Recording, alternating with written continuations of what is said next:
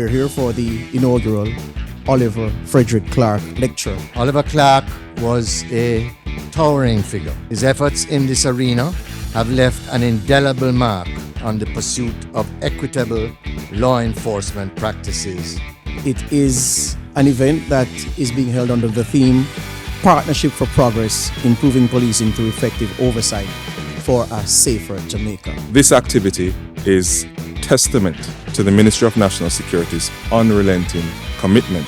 My advice to you is on your websites, if you have the word reform, but you do not have a definition for it, take that part down and then define it. I think those types of things really propel your civilian oversight and brings community trust in, because they feel like they're at the same intellectual level with the police and they're on the same model. Then they understand what is supposed to happen when it doesn't happen. If there is ever any evidence of partnerships for progress, it is this event. I can see it in the stars across the sky.